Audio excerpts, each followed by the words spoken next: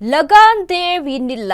ಗಜನಿ ಖ್ಯಾತಿಯ ನಟ ಪ್ರದೀಪ್ ಸಿಂಗ್ ರಾವತ್ ನಿಧನವನ್ನ ಹೊಂದಿದ್ದಾರೆ. ಗಜ, ಅಭಯ, ಬಚ್ಚನ್ ಸಿನಿಮಾಗಳ ಖ್ಯಾತ ವಿಲನ್ ಇನ್ನಿಲ್ಲ. ಈಗಾಗಲೇ ದರ್ಶನ್, ಸುದೀಪ್ ಸಿನಿಮಾಗಳಲ್ಲಿ ವಿಲನ್ ಆಗಿ ನಟನೆ ಮಾಡಿದಂತಹ ಪ್ರದೀಪ್ ಸಿಂಗ್ ರಾವತ್ ನಿಧನ. ಗಜನಿ ಖ್ಯಾತಿಯ ನಟ ಪ್ರದೀಪ್ ಸಿಂಗ್ ರಾವತ್ ನಿಧನ ಹೊಂದಿದ್ದಾರೆ. ಗಜ, ಅಭಯ್, ಬಚ್ಚನ್ ಸಿನಿಮಾಗಳ ಖ್ಯಾತ ವಿಲನ್ ನಿಧನ. ದರ್ಶನ್, ಸುದೀಪ್ ಸಿನಿಮಾಗಳಲ್ಲೂ ವಿಲನ್ ಆಗಿ ನಟನೆಯನ್ನ ಮಾಡಿದಂತ 74ನೇ ವಯಸ್ಸಲ್ಲಿ ರಕ್ತದ ಕ್ಯಾನ್ಸರ್ಗೆ ಪ್ರದೀಪ್ ಸಿಂಗ್ ಬಲಿಯಾಗಿದ್ದಾರೆ. ಮಹಾಭಾರತದ ಅಶ್ವತ್ಥಾಮ ಪಾತ್ರದಿಂದ ಮನೆ ಮಾತಾಗಿದ್ದ ನಟ ಇವರು. ಗಜಿನಿ, ಛತ್ರಪತಿ ಚಿತ್ರರಂಗಗಳಿಂದ ಖ್ಯಾತಿ ಪಡೆದಿದ್ದ ನಟ ಪ್ರದೀಪ್. ದರ್ಶನ್ ಸಿನಿಮಾಗಳಲ್ಲಿ ಖಡಕ್ ವಿಲನ್ ಆಗಿ ಮಿಂಚಿದಂತ ನಟ. ಸ್ಯಾಂಡಲ್ವುಡ್, ಟಾಲಿವುಡ್, ಬಾಲಿವುಡ್ಗೆ ಅಪಾರ ಕೊಡುಗೆಯನ್ನ ಕೊಟ್ಟಿದ್ದಾರೆ ಈ ನಟ. ರಾಜಮೌಳಿ ಸಿನಿಮಾಗಳಲ್ಲಿ ಖಳನಾಯಕನಾಗಿ ನಟನೆಯನ್ನ ಮಾಡಿದ್ದಾರೆ. ಸಾಯಿ ಚಿತ್ರಕ್ಕೆ ಫಿಲ್ಮ್ ಫೇರ್ ನಂದಿ ಪ್ರಶಸ್ತಿಯನ್ನ ಪಡೆದಿದ್ದಂತ ನಟ. 2022ರ ಚಾಂಪಿಯನ್ ಪ್ರದೀಪ್ ರಾವತ್ ಕೊನೆಯ ಸಿನಿಮಾ. ಪ್ರದೀಪ್ ರಾವತ್ ನಿಧನಕ್ಕೆ ಭಾರತೀಯ ಚಿತ್ರರಂಗ ಕಂಬನಿಯನ್ನ ಸುರಿಸಿದೆ. ಗಜನಿ ಖ್ಯಾತಿಯ ನಟ, ಖಳನಾಯಕನಾಗಿ ಸಾಕಷ್ಟು ವಿಲನ್ ಪಾತ್ರವನ್ನ ಮಾಡಿದಂತಹ ನಟ. ಕೆಲವೊಂದಿಷ್ಟು ನಟರು ಅಂದ್ರೆ ಇದೇ ಪಾತ್ರಕ್ಕೆ ಅಂತ ಫೇಮಸ್ ಆಗ್ಬಿಟ್ಟಿರ್ತಾರೆ. ಅದರಲ್ಲಿ ಪ್ರದೀಪ್ ಸಿಂಗ್ ವಿಚಾರಕ್ಕೆ ಮಾತನಾಡೋದಾದ್ರೆ, ಈಗ ವಿಲನ್ ರೋಲ್ ಅಂತ ಬಂದ್ರೆ ಇವ್ರು ಅದಕ್ಕೆ ಫಿಕ್ಸು ಅಂತ.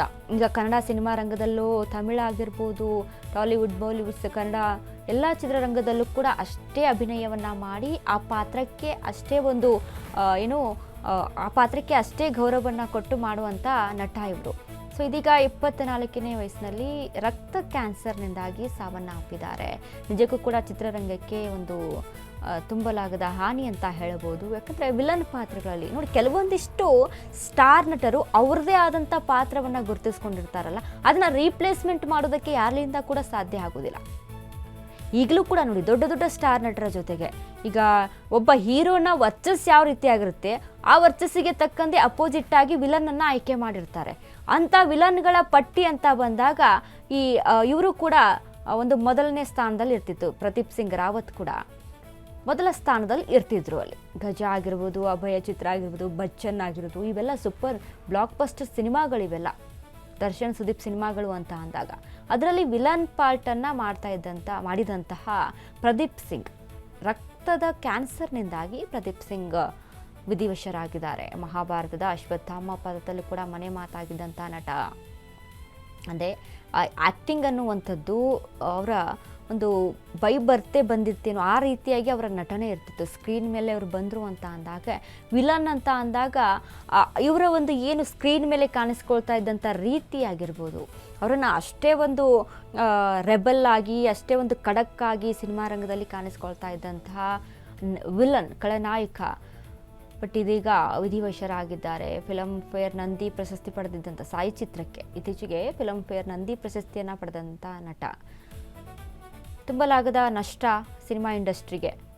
ಭಾರತ ಚಿತ್ರರಂಗ ಕಂಬನಿಯನ್ನು ಸುರಿಸ್ತಾ ಇದೆ ಈ ಒಂದು ನಟನ ನಿಧನದಿಂದ. ಕೊಟ್ಟಂಥ ಕೊಡುಗೆಗಳು ಕೂಡ ಸಾಕಷ್ಟಿದ್ದಾವೆ, ಮಾಡಿದಂಥ ಸಾಧನೆ.